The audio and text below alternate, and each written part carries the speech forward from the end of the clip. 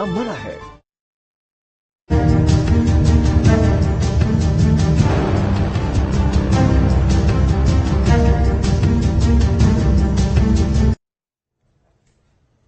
नमस्कार, news state पर आप सभी का बहुत स्वागत है। जी हां, बीपी क्यों है हाई?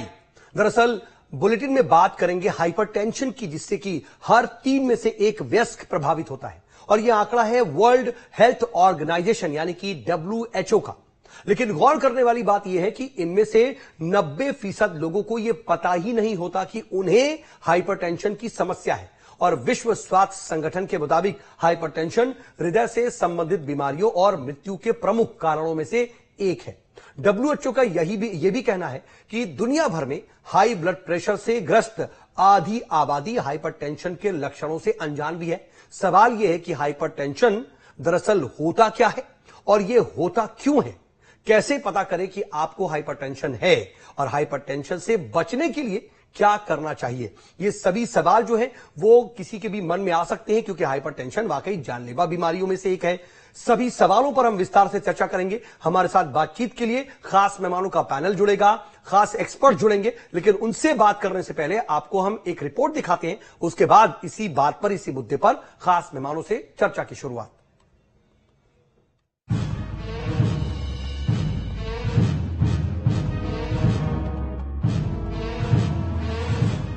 जब हाई ब्लड प्रेशर दुनिया भर में एक बीमारी के तौर पर बोझ बनने लगा, तो 85 देशों का संगठन WHL यानी वर्ल्ड हाइपरटेंशन लीग एक्टिव हुआ और इसने फैसला किया कि हाई ब्लड प्रेशर को लेकर लोगों में जागरूकता जरूरी है और इस तरह से जरूरत पड़ी वर्ल्ड हाइपरटेंशन डे यानी विश्व उच्च रक्तचाप दिवस की। तारीख थी 17 मई 2006। वैसे तो वर्ल्ड हाइपरटेंशन डे की नींव साल 2005 में ही पड़ गई थी, लेकिन साल 2006 की 17 तारीख वर्ल्ड हाइपरटेंशन डे के लिए फिक्स कर दी गई।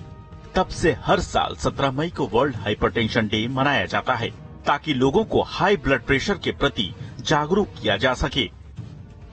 पूरी दुनिया में विकसित देशों को मिलाकर भारतवर्ष में भी अगर 100 लोगों को ब्लड प्रेशर है तो 50 लोगों को इसको पता है कि ब्लड प्रेशर है उनको। ये रूल ऑफ 50 है।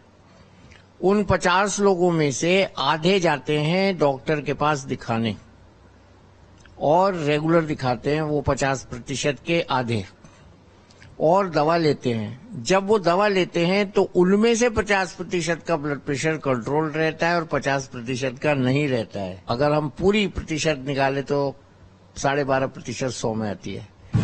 वैसे तो ब्लड प्रेशर का जिक्र सबसे पहले जी हार्वे ने 1628 में किया था और दावा किया था कि ब्लड धमनी से बाहर भी निकल सकता है। लेकिन साल 1733 में अंग्रेज पादरी स्टीफन हिल्स ने एक नया प्रयोग किया। उन्होंने सबसे पहले एक घोड़े को जमीन पर लिटा दिया, फिर उसकी गर्दन में पीतल की ट्यूब डाल दी। ये पीतल की ट्यूब शीशे की एक वर्टिकल ट्यूब से कनेक्ट थी। ट्यूब डालते ही घोड़े का ब्लड 8 फीट 3 इंच ऊपर तक जा पहुंचा और इस तरह से खोज हुई कि धमनियों में बहने वाले ब्लड में प्रेशर बहुत होता है, जिसे आज दुनिया हाइपरटेंशन के नाम से जानती है। उसकी पहचान साल 1808 में थॉमस यंग और साल 1836 में रिचर्ड ब्राइट ने की थी, जिसके बाद ब्लड प्रेशर का एक पैमाना तय किया गया, जिसमें हायर रीडिंग को सिस्टोलिक और लोअर रीडिंग को डायस्टोलिक कहा गया। भारत में आमतौर पर ब्लड प्रेशर का स्टैंडर्ड 120/80 है। हालांकि समय समय पर इसका पैमाना बदलता रहता है। हम लोगों ने 130/90 तक पहले नॉर्मल मानते थे और इसके ऊपर वाले को अब नॉर्मल मानते थे, लेकिन ओवर द 10 इयर्स ये रिवाइज हुआ है और इसकी इंटरनेशनल गाइडलाइन इशू होती है। वर्ल्ड हाइपरटेंशन लीग इसको कंट्रोल करती है।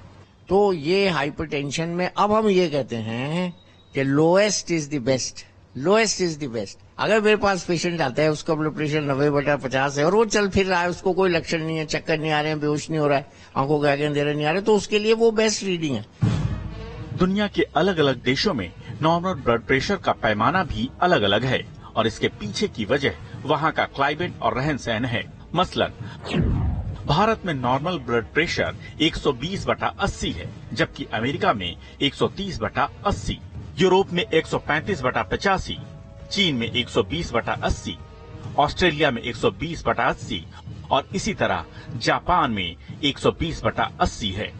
WHO के मुताबिक दुनिया भर में तेजी से हाई ब्लड प्रेशर के मरीज बढ़ रहे हैं।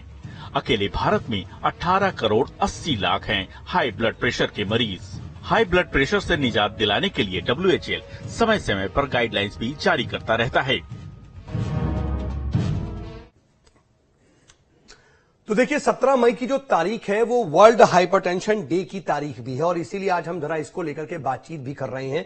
और खास बात यह कि जो अभी आपने पैकेट में सुना भी कि 50 रूल ऑफ 50 की बात की गई, यानी कि अगर 100 लोगों को हाइपरटेंशन की शिकायत है तो मुश्किल से 12-12.5% ही इलाज करा पा रहे हैं और उसका फायदा उठा पा रहे हैं। बाकी लोगों को पता ही नहीं है कि उन्हें हाइपरटेंशन है, उनके साथ दिक्कत हो सकती है, उन्हें कोई परेशानी हो सकती है। जरा इस पर विस्तार से बातचीत करते हैं। बातचीत के लिए खास मेहमानों का पैनल हमारे साथ मौजूद है। खास एक्सपर्ट से आपका परिचय करा देते हैं। मेरे साथ इस वक्त 3 खास मेहमान मौजूद हैं। कार्डियोलॉजिस्ट हैं डॉक्टर ओपी यादव मेरे साथ मौजूद हैं। डॉक्टर ओपी यादव, बहुत स्वागत आपका। उसके अलावा मेरे साथ साइकोलॉजिस्ट हैं डॉक्टर तोषेंद्र द्विवेदी, वो भी मौजूद है। डॉक्टर तोषेंद्र, आपका भी बहुत स्वागत। और साथ ही डाइटिशियन है शिखा अग्रवाल जी। शिखा जी, आपका भी बहुत स्वागत। देखिए कार्डियोलॉजिस्ट हैं वो तो साथ समझ सकते हैं, लेकिन साइकोलॉजिकल इसका जो जुड़ाव है, साइकोलॉजिकल जो इंपैक्ट है हाइपरटेंशन का, वो भी समझना जरूरी है। इसीलिए डॉक्टर तोषेंद्र हमारे साथ मौजूद हैं। और खानपान से कैसे इसे सुधारा जा सकता है, कैसे खानपान से इसे कंट्रोल किया जा सकता है, इसीलिए शिखा अग्रवाल हमारे साथ मौजूद है। लेकिन डॉक्टर ओपी यादव, मैं सबसे पहले आपके ही पास आना चाह रहा हूं। वर्ल्ड हाइपरटेंशन डे है आज, और आज के दिन जब हम अभी पैकेज में भी बता रहे थे कि सर रूल ऑफ 50 है, 12-12.5% ही लोगों को पता चल पाता है कि ठीक है हमको हाइपरटेंशन की शिकायत और हम इलाज करा रहे हैं। सर जरा इसको विस्तार से बताइए कि आखिर हाइपरटेंशन कितनी बड़ी समस्या है और कैसे लोगों को होने के बावजूद ये नहीं पता होता कि वो इससे ग्रसित है। देखिए, हाइपरटेंशन जैसा कि नाम है, हाइपर का मतलब होता है अंग्रेजी में ऊंचा और टेंशन यानी प्रेशर। तो जैसे आपने अपने क्लिप में बताया, ये ब्लड प्रेशर बहुत जरूरी है खून के दबाव को, ताकि सब शरीर के हिस्सों में खून पहुंच सके। लेकिन जिन लोगों में ये प्रेशर बढ़ जाता है और इसके कई बार कारण हमें पता नहीं होते हैं, बहुत कम लोग होते हैं 10 में से 1 जिसमें कि कोई सेकेंडरी कॉज होता है, यानी आपकी गुर्दे की नस में रुकावट है या आपके कोई ग्लैंड का ट्यूमर है, तो उनका तो हम सर्जरी करके इलाज कर सकते हैं और वो बीमारी से बिल्कुल निजात पा सकते हैं। लेकिन दूसरा तरीके का हाई ब्लड प्रेशर होता है जिसे हम एसेंशियल हाइपरटेंशन बोलते हैं, जो ज्यादा कॉमन है। और हम सब लोग जो थोड़ा एल्डरली एज ग्रुप में होते हैं जिन्हें हाई ब्लड प्रेशर होता है, उन्हें एसेंशियल हाइपरटेंशन होता है। और ये हमारे साउथ ईस्ट एशिया में कुछ ज्यादा है। एक तकलीफ है जिसे हम मेटाबॉलिक सिंड्रोम कहते हैं, जिसमें हमारा पेट का मोटापा ज्यादा है, हमारी तोंद निकली हुई है, हमारा ब्लड प्रेशर ऊपर है, हमारा जो लिपिड्स हैं, जो चर्बी है हमारे खून में, वो बढ़ी हुई है, और इससे हमें हार्ट अटैक और स्ट्रोक यानी लकवा या पैरालिसिस का अटैक और हार्ट फेलियर का अटैक होने का भी शंका रहता है। तो ये काफी एक फैली हुई बीमारी है और जिसे हम साइलेंट किलर कहते हैं, क्योंकि इसके अपने लक्षण बहुत कम होते हैं और ज्यादातर जब तक आप इसको नापेंगे नहीं, आपको पता ही नहीं लगेगा कि ये बीमारी है। तो इसे हमें डॉक्टर के पास जाके हरदम, इवन स्कूल के बच्चों का ब्लड प्रेशर नापा जाना चाहिए, ये बहुत जरूरी है। नहीं, लेकिन डॉक्टर ओपी यादव, ये प्रैक्टिकल नजर नहीं आता खासतौर पर भारत में, क्योंकि आमतौर पर लोग तो बड़ी बड़ी बीमारियों को अवॉइड कर देते हैं जिनके लक्षण साफ तौर पर जाहिर होते हैं। शुगर जैसी बीमारियों के या फिर दूसरी भी किसी भी तरह की आम बीमारियों के भी लक्षण साफ जाहिर होने वाले स्थिति में भी लोग नहीं जाते डॉक्टर के पास। बढ़ते हैं कि भाई हम जाएंगे तो 10 बीमारियां और हो जाएंगी, 10 चीजें पता चल जाएंगी। तो वो उस स्थिति में कैसे लोग आएंगे, कैसे नापा जाएगा? इसीलिए तो ये वर्ल्ड हाइपरटेंशन लीग ने ये वर्ल्ड हाइपरटेंशन डे डिक्लेयर किया, और इसीलिए आप ये कार्यक्रम कर रहे हैं कि जैसे कि हम गाड़ी, स्कूटर, सब चीजों का सर्विसिंग के लिए भेजते हैं कि नहीं, उनकी गाड़ी खराब नहीं होती लेकिन फिर भी हम भेजते हैं कि इसकी ग्रीसिंग हो जाए, इसकी सर्विसिंग हो जाए। बिल्कुल ठीक बात। सर मैं जल्दी से 2 पॉइंट आपसे और समझना चाहता हूं। 2 पॉइंट ये कि ठीक है लोग बहुत ज्यादा आते नहीं है, आप भी जानते हैं सर कि अक्सर लोग जो है अवॉइड करते हैं, तो क्या ऐसी स्थिति है, कौन से वो सिम्टम्स हैं जो जाहिर तौर पर चीख चीख कर बताते हैं कि भाई आप फौरन डॉक्टर के पास जाइए और चेकअप कीजिए, हाइपरटेंशन आपको हो चुका है? एक चीज। और दूसरा पॉइंट ये भी सर, इसके साथ साथ आप बता दीजिएगा कि अलग अलग जगहों पर, अलग अलग देशों में पैमाना क्यों अलग अलग है हाइपरटेंशन का, ब्लड प्रेशर का, और भारत में क्या सही मानक है। लेकिन पहले सवाल का जवाब।